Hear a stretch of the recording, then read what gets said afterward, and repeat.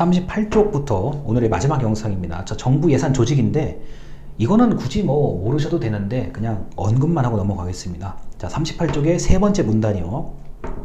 우리나라도 재정권, 재무행정을 자의적 마음대로 하지 못하도록 책임성을 확보하기 위해 예산 편성은 행정부, 정부 고용노동부 이런 정부 부처가 하는 거고, 예산의 심의 의결은 국회, 그 다음에 예산 집행은 다시 행정부, 각 부처가 하는 거고, 회계 검사는 또 나름대로 국회나 감사원에서 하고 있다. 이렇게 돼 있습니다. 이게 왜 이렇게 되냐면은 결국 요거예요. 자, 행정부와 입법부, 그러니까 행정부가 이런 거 가지고 있고 입법부가 이런 권한을 가지고 있고, 권한을 일부러 분산을 시켜놔가지고 서로 상호 협력과 견제를 하도록 만들어 놓은 건데, 어느 한쪽에 그냥 다 이렇게 몰아서 다 해놓으면은, 권한을 집중시켜 놓으면 아무래도 해이해질 수 있다는 거죠. 그래 이거 어차피 내가 돈 쓰고 내가 검사하는 건데 알아서 하겠지. 자, 이런 마음을 가지고 있는 거하고, 돈은 내가 쓰지만 나를 검사하는 사람은 다른 사람이에요, 이렇게 있는 거하고는 전혀 다릅니다. 그래서 재정을 마음대로 쓰지 못하도록 행정부와 입법부, 정부 각 부처와 국회를 나눠 놓고 권한을 분산시켜 놓고, 그래서 서로 협력할 건 협력하고 견제할 건 견제한다의 개념을 가지고 있는 거죠. 그래서 가끔은 이제 국정감사를 여러분이 텔레비전에서 보시면 의원님들께서, 국회의원님들께서 이렇게 막 소리치고 싸우고 이런 것만 뉴스에서 보실 텐데, 그런 과정도 있기는 있는데요. 우리가 언론에 안 나오는 국정감사도 굉장히 많다는 걸 아셔야 됩니다. 아니, 모든 국회 국정감사마다 맨날 싸우고 전부 다 싸우고 있으면 어떻게 나라가 돌아가겠어요? 그거는 아니에요. 특정한 부분에서 이제 정치적인 문제가 있는 거고, 그 나머지 부분에서는 아주 조용하게 국정감사가 잘 이루어지고 있는 겁니다. 그래서 이런 게 있을 수가 있죠. 원래 쓸 필요가 없는 예산을 왜 썼냐? 야, 이거는 잘못됐다. 이거는 왜 덜 썼냐? 더 썼냐? 이거 꼼꼼하게 또 얘기하는 분들이 있거든요. 그래서 이게 강력한 견제와 통제가 되는 거고, 마찬가지로 정부 입장에서는 이 분야에 정말 돈을 써야 된다. 대표적인 게 이제 제가 보기엔 내년에서 내후년 1, 2년 사이에 분명히 정부에서 이 얘기가 나올 거예요. 1인 가구. 야, 지금 혼자 사는 사람이, 혼자 사는 청년, 장년, 중년, 노인, 야, 혼자 사는 사람이 이렇게 많은데 여기에 대한 뭔가가 있어야 되지 않겠느냐. 여기에 대한 예산을 정부가 좀 독자적으로, 그러니까 좀 편성을 따로 하겠다. 잘 들으셔야 돼요. 이거는요, 예전에는 독거노인이라는 단어만 있었어요. 독거노인. 근데 이제는 노인만 혼자 사는 게 아니라 청년부터 전 연령에 따라서 혼자 사는 1인 가구가 지금 제가 볼 때는 800만 정도 돼요. 800만 명 정도가 혼자 사는 걸로 전 생각을 하거든요. 제가 예측했을 때는. 여러분, 인구 5천만에서 800만은 굉장히 큰 거예요. 전 연령층에서.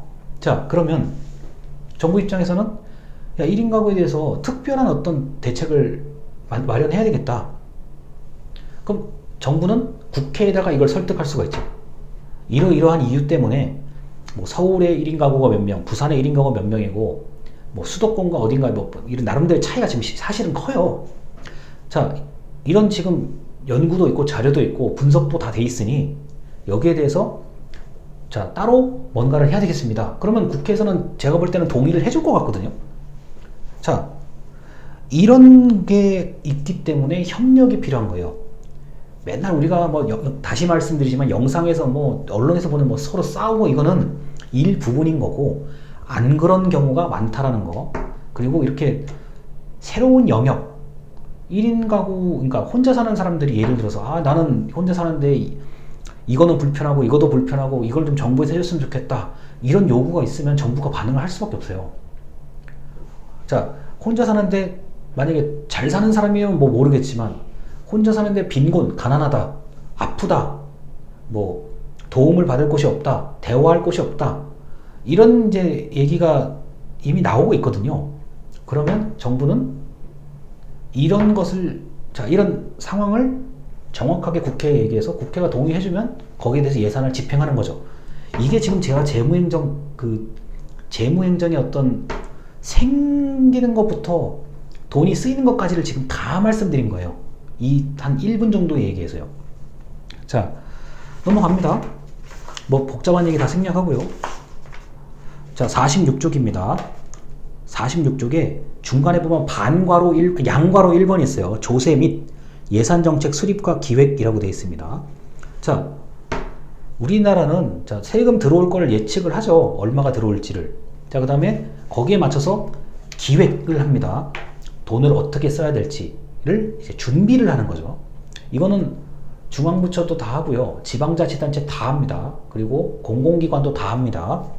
자, 그리고 47쪽에 양괄호 4번 국민과 국회의 의사 반영. 제가 지금 말한 거예요. 1인가고요. 국민의 의사가 반영돼요. 제가 볼 때 이거는요. 정부에게 요청하는 것도 있지만 국회에다가 바로 요청을 할 수도 있죠. 뭐 국민청원 같은 거 있잖아요. 청와대 국민청원이요. 아, 이거 1인 가구 난 이렇게 사는데 다른 건 모르겠고 이거는 좀 정부가 좀 해주면 좋겠다. 그럼 당연히 국회 입장에서는 이제 관심을 가질 수밖에 없죠. 그리고 인원이 적지도 않고요. 전국에 다 퍼져 있고요.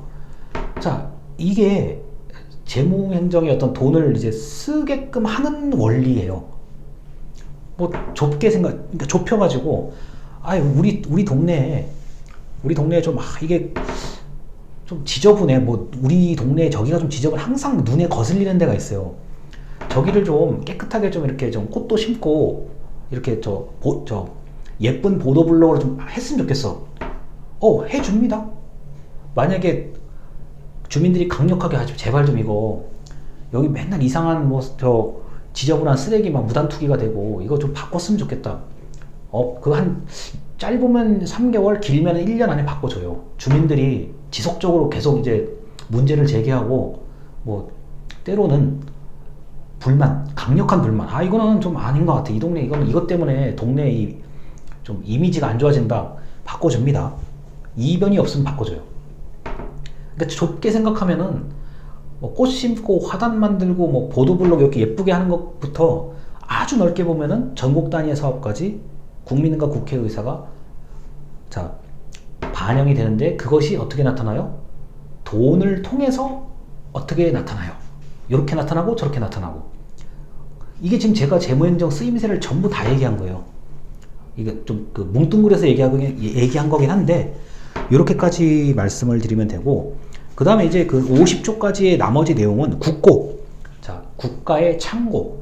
보통 국고라 그러면은 이제 옛날 조선시대 말로는 쌀 같은 거 보관하는 게 이제 국고인 거고, 현재의 논리로는 이제 국민의 세금을 보관한다는 국고금 관리법일 거예요, 아마. 거기에 준해서 이제 관리가 되는데, 언론에서 자주 나오는 거, 혈세다, 세금 낭비다, 그렇게 빚을 많이 내는 게 위험하다, 이런 것들이 전부 다 이제 국고 관리가 중요하다는 거.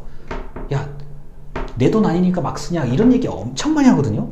그런데 이게 결국에는 우리가 좀 흔히 교과서적 표현으로는 국고 관리를 잘해야 된다. 이게 왜 중요한지를 보여준다고 할 수 있겠죠. 자, 그래서 지금 이 영상, 이 10분짜리 영상은 38쪽부터 50쪽까지의 정부 예산 조직에 대한 얘기인데, 이거는 제가 볼 때 여러분들이 굳이 잘 모르셔도 돼요. 왜냐면은 이게 여러분이 재정 담당 공무원이 됐을 때는 이게 필요할 수가 있고, 또는 혹시라도 이제 나는 재무행정을 정말 연구해서 난 이걸 연구하는 직업을 가지겠다 그러면 이걸 아셔야 되는데, 그렇지 않기 때문에 제가 볼 때는 좀 더 실용적인 내용으로 말씀을 드린 거고, 이 돈은요, 이게 어차피 재정이 돈이기 때문에 제가 볼 때는 아까 1인 가구로 얘기했는데 당장 내년에 뭐가 또 어떻게 될지도 모르잖아요. 좋은 쪽으로든 나쁜 쪽으로든요. 사회가 변하면 당연히 거기에 대응을 할 수밖에 없어요.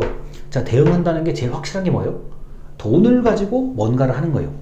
자, 대표적인 게 이제 우리 요새 청년들이 이제 어플리케이션 같은 거 개발하고 이러는데, 처음에 이제 딱 아이디어도 좋고 기술력도 있는데 초기 한 100만원, 200만원, 300만원이 없어서 그 아이디어가 그냥 물 건너 가버리는 경우들이 의외로 많아요. 자, 그래서 저 같은 경우가 어떻게 얘기를 하냐면은 다른 제가 따로 이야기하는 곳에다가 아니 지금 그 큰 돈 저 1억 2억 이것도 중요한데 이게 대학생 이제 대학교 졸업한 사람들이 지금 100만 원 200만 원 300만 원이 없어서 앱 개발을 초반에 못 하고 있다, 요거만 좀 지원해다, 저 이런 식으로 얘기하는 사람이거든요. 저 같은 경우 건의를 이렇게 얘기를 해요. 1억 2억 이게 아니라 이게 지금 요런 사람들이 제가 볼 때 어림잡아서 한 1000명 정도는 될 것 같은데, 그러니까 100만 원씩 1000명한테 주면은 나름대로 거기서 이제 앱 하나 잘 개발되면은 이렇게 파급 효과가 클 거라고 좀 봐요. 제 개인적인 예상인데, 그래서 이런 식으로 저는 이제 건의를 하는 사람인데, 제가 지금 자꾸 무슨 얘기를 해요? 100만 원, 200만 원, 300만 원. 대략 1000명. 자, 지금 숫자를 가지고 얘기를 하잖아요. 금액을 가지고 얘기하잖아요. 이게 바로 재무행정의 어떤 기본적인 설득 방식이라고 보시면 되겠습니다. 그리고 요새 제가 우리 수업하고 관련된 얘기긴 한데, 내년도 정부 예산을 이렇게 써도 되냐 저렇게 써도 되냐 저보고 잠깐 조금 요만큼 봐달라 그래 보고 있는데, 놀랍죠. 한글 파일 하나가 와요, 이메일로요. 근데 한글 파일 하나가 1000장이에요. A4 용지 1000장이에요. 1000쪽이라고요.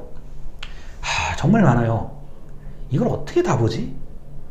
자, 다 보는 게 사실 불가능해요, 제한된 시간 내에서는. 그러면은 내가 일단 관심 있는 거, 그 다음에 언뜻 내용만 봐서는 이게 떠오르지 않는 사업들, 이런 거를 이제 중심으로 보거든요. 자, 제가 분명히 말씀드립니다. 제가 요만큼 재무행정에 대한 부분을 어쩔 수 없이 제가 공부를 하는 사람인데, 요만큼이 1000쪽이에요. 엄청난 분야거든요. 사실 그 안에서만 이렇게 쓰이는 돈만 해도 제가 볼 때는 한 1000억 정도의 돈이 왔다 갔다 해요. 제가 이걸 바꿀 수 있거나 할 수 있는 능력은 없는 사람인데, 이거는 이렇고, 이게 지금 이걸 원하는구나, 이런 흐름으로 가는구나 정도는 읽을 수가 있죠.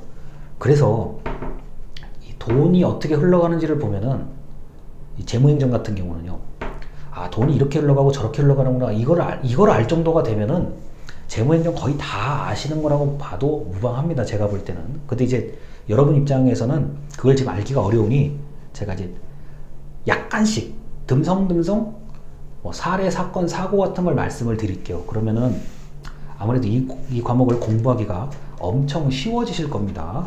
자, 그래서 오늘 여기까지 해서 중요한 부분만 좀 발췌해서 말씀을 드렸습니다. 듣느라 고생 많으셨습니다. 감사합니다.